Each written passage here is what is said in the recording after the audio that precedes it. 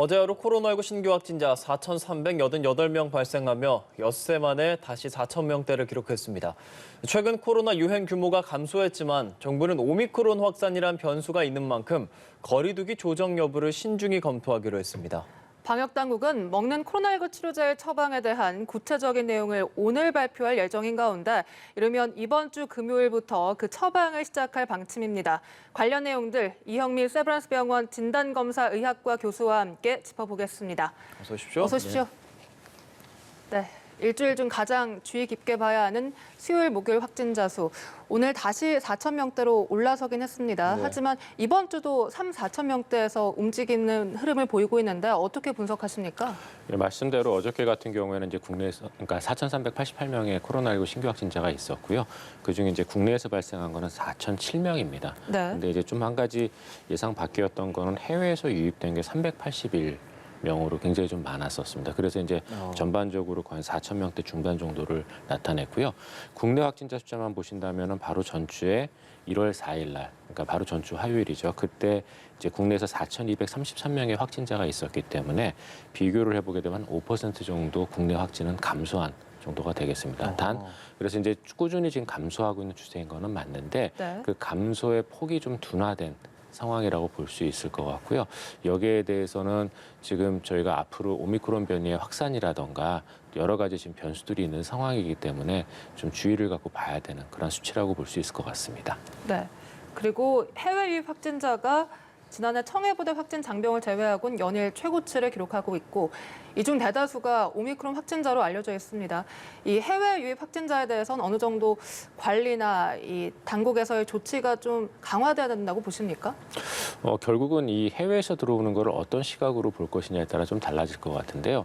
지금 지금 현재 상태에서의 그 오미크론 변이 상황을 살펴보면은 지금 이제 국내 확진자 같은 경우에는 오미크론 변이가 차지하고 있는 비율이 한 12% 정도 되거든요. 그런데 해외에서 들어오시는 분들 같은 경우에는 지금 오미크론 변이의 그 비율이 한 88% 정도 됩니다. 거의 대부분이 오미크론 변이라고 보면 되는데 네. 문제는 이렇게 들어오는 오미크론 변이를 완전히 차단할 것이냐 아니면은 들어오는 것들의 대부분만 차단하고 나머지는 지역사회 안에서 막을 것이냐에 따라서 사실은 그 정책들이 달라지거든요. 네. 그렇게 달라지는 이유가 이제 국내의 이제 결과 여러 가지 자료 취합 결과인데 다른 코로나19와 역시 마찬가지로 오미크론 변이 같은 경우에도 저희가 노출 후 3일째에 진단되는 경우가 전체 오미크론 그러니까 전체 감염자의 대략 한 50% 정도. 50%. 그다음에 노출 후 7일째 진단되는 경우가 대략 한 70% 정도. 그다음에 노출 후 10일 정도가 되면은 한 99% 정도가 진단이 되거든요. 네. 그러면은 지금 우리 같은 경우에 이제 자가격리 10일을 적용을 하고 있기 때문에 네. 만약에 그 국내에 들어오는 사람들이 들어오기 직전 비행기를 타기 직전에 노출됐다 하더라도 10일 정도 자가격리를 저희가 유지를 하게 되면은 거의 99명은 막을 수 있다. 100명 중에 99명은 막을 수 있다는 소리입니다. 근데 문제는 이 한 명을 어떻게 놓고 볼지에 따라서 정책이 달라지는 거거든요. 네. 그래서 이 한 명까지 막기 위해서 자가격리 기간을 14일로 가져가게 된다. 그러면 수능도가 떨어지거나 또 이런 문제가 있을 수도 있거든요. 예. 그래서 그런 것들을 종합적으로 고려해서 아마 제가 생각하기에는 대부분은 그냥 이런 식의 자가격리를 통해서 거르고 그다음에 이제 나머지 발생하는 것들은 지금처럼 국내의 방역을 이용해서 거른다라는 그러한 그 정책을 갖고 있기 때문에 10일의 자가격리를 유지하는 걸로 보이고요. 예. 만약에 이거를 아예 우리나라에 오미크론 변이가 없는 상황이었었더라면은 뭐 14일의 자가격리나 이런 것들 적용하는 것도 좋겠지만 이미 국내에도 일부 있는 상황이고 그리고 말씀드렸던 그런 여러 가지 수능도나 이런 것들을 고려했을 때는 현재 시스템을 유지하면서 유증상자나 이런 게 나타나는 경우 바로바로 알 수 있는 시스템을 유지하는 게 제가 보기엔 제일 적절해 보입니다. 예, 10일의 자가격리로 99%까지는 확인할 수 있다는 얘기해 주셨습니다. 그런데 또 입국자 이제 PCR 음성 확인서에 대한 기준을 좀 강화한다는 정책도 있더라고요. 이게 72시간 이내 발급해서 검사로 변경할 예정이라고 하는데 이 부분은 충분하다고 보시나요? 그 부분은 조금 더 논의가 있어야 될 것 같은데요.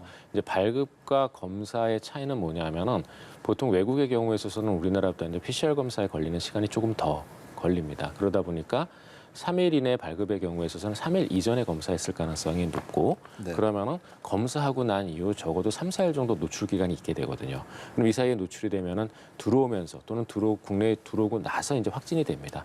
그래서 이런 것들을 저희가 이제 윈도우 피어리어드라고 보통 얘기를 하게 되는데요. 오미크론 관련해서 질문을 더 여쭤보겠습니다. 지금 지역 내 오미크론 감염, 특히 광주 사례가 최근에 많이 불거지고 있습니다. 전남 광주 지역에서 395명 확진자가 발생했는데 이 중 47%가 최근에 발생했다고 합니다. 관련한 사례 좀 짚어주시죠. 예, 맞습니다. 지금 지역사회 안에서 지금 점점 늘고 있는 그 상황인데요. 그중에서 이제 하나가 말씀드렸던 광주의 사례가 되겠습니다. 그래서 광주 같은 경우에는 일일 확진자가 지금 연일 최고 를 기록을 하고 있고요. 예. 그다음에 여기에 대한 특별 방역 대책이 지금 필요한 상황이라고 생각은 됩니다. 근데 이제 중요한 거는 이게 오미크론 변이가 기존의 그 델타 변이를 대체하는 거는 어느 나라에서나 다 있었던 일이기 때문에 우리도 분명히 그렇게 갈 거라는 거는 알고는 있거든요. 네. 다만 그렇게 가게 됐을 경우에 예방접종 완료자의 경우에 있어서도 일부 돌파 감염은 가능하고 물론 그분들이 위중증으로 가는 거는 거의 대부분 막아진다고는 하지만 어느 정도의 돌파 감염은 저희가 감수할 수밖에 없는 상황이기 때문에 거기에 따른 의료 부담이나 또는 여러 가지 시스템적인 사회 시스템적인 측면에서의 부담들을 고려했을 때는 최대한 이런 것들의 발생을 지연시키는 게 좋거든요. 그래서 여러 가지 필요하다면 방역 정책을 지역별로 조금 더 강화하는 건 저희가 고려해 볼 수 있을 것 같습니다. 네. 이 지역별로 오미크론 감염도 계속 늘고 있습니다. 먼저 광주의 경우에는 오미크론이 확산되면서 이 감염자 절반이 일주일 사이에 발생했다고 하는데요. 예. 이 지역별로 좀 오미크론 대응 체계를 마련해야 될 필요성도 있을까요? 그거는 필요하다고 생각을 하는데요. 근데 우리나라의 지금 코로나19 대응 체계 자체가 지자체 위주로 사실은 어느 정도 되어 있습니다. 저희가 코로나19 감염 초기에는 전체적인 어떤 시스템 관리나 또는 방역 체계를 정부 쪽에서 중앙정부에서 거의 다 제어를 했다면은 사실 이제 이런 것들이 점점 부담이 커지면서 지금 어느 정도 지자체의 그 권한이 지금 내려가 있는 상황이거든요. 그래서 각각의 지자체 같은 경우에 있어서도 저희가 필요하면 어느 정도 그런 것들을 중앙정부 쪽 예. 그다음에 질병청이랑 협의를 할 수 있게끔 지금 되어 있거든요. 그래서 필요하다면 그런 것들도 저희가 고려를 해봐야 될 것 같습니다. 네, 그렇다면 이 평택의 경우 미군 부대 중심으로 오미크론이 확산하고 있어서 많이들 걱정을 하고 계시는 것 같아요. 미군 측에서는 이 미군들의 외출 금지 조치를 한다고는 하지만 그 주변에 사시는 분들이나 지역적으로는 걱정이 큰 상황이거든요. 이 부분은 어떻게 풀어나갈 수 있을까요? 네, 말씀하셨던 것처럼 이제 미군 내에서 오미크론 확산 때문에 지금 지역사회 또 굉장히 지금 부담이 큰 상황입니다. 그래서 이거는 지금 현재 저희가 미군 쪽의 어떤 외출 금지나 이런 것들도 필요하겠지만 사실 기본적으로는 미군 안에서의 코로나19 확산을 방지할 수 있는 정책이 일단은 필요할 것 같고요. 네. 거기에 대한 것들이 아마 3차 접종을 좀 더 독려를 한다던가 또는 주기적인 진단 검사를 시행을 한다던가 또는 가급적이면은 미군 안에서의 접촉을 차단할 수 있는 재택근무를 확산한다던가 하는 것들이 필요할 것 같고 이미 그것들에 대한 검토와 그다음에 시행을 하고 있는 것으로 알고 있습니다.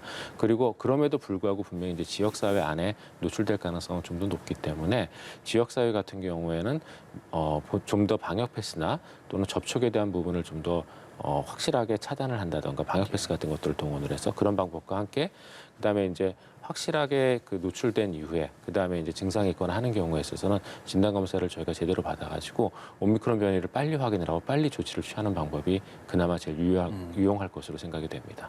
네. 오미크론을 빨리 확인하고 조치를 취해야 한다라고 말씀해 주셨는데 이렇게 오미크론이 확산될 가능성이 높아지면서 정부가 PCR 검사를 고위험군 우선으로 하고 나머지는 먼저 신속 항원 검사를 하는 방안을 추진 중입니다.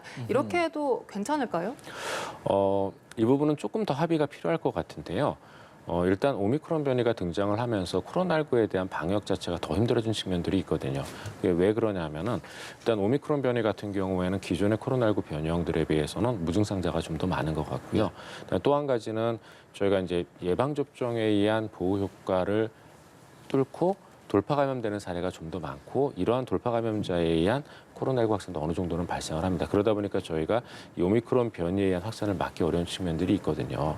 그래서 저희가 이런 것들을 종합적으로 고려해서 사실은 사회적 거리두기를 강화하는 게 제일 좋은 방법이지만 네. 지금 현재 우리는 이 사회적 거리두기 말고 새로운 또 무기를 하나 또 얻게 됐거든요. 그게 뭐냐면 이제 내일 정도쯤 들어올 치료제입니다. 치료제. 네. 예, 그래서 저희가 그동안 이 사회적 거리두기를 굉장히 강력하게 시행했던 이유는 고위험군에 해당되는 사람들이 감염됐을 때 이 사람들이 위중증으로 가면 치료할 수 있는 수단이 없었기 때문이었거든요. 그냥 예. 대증적인 치료들, 인공호흡기를 달고 회복될 때를 기다리는 방법밖에는 없었기 때문에 저희가 이분들이 감염되는 것 자체를 애초에 차단하는 게 제일 최고의 이런 코로나19로 인한 피해를 줄이는 방법이었다면은 지금은 코로나19 고위험군에 해당되는 사람들을 빨리 진단해서 그분들에게 치료제를 주는 방법이 생겼습니다. 그래서 만약에 우리가 내일부터 국내에 들어올, 그리고 아마 사용은 빠르면 이번 주말 아니면 네. 다음 주 정도부터 시작될 걸로 보이는데요.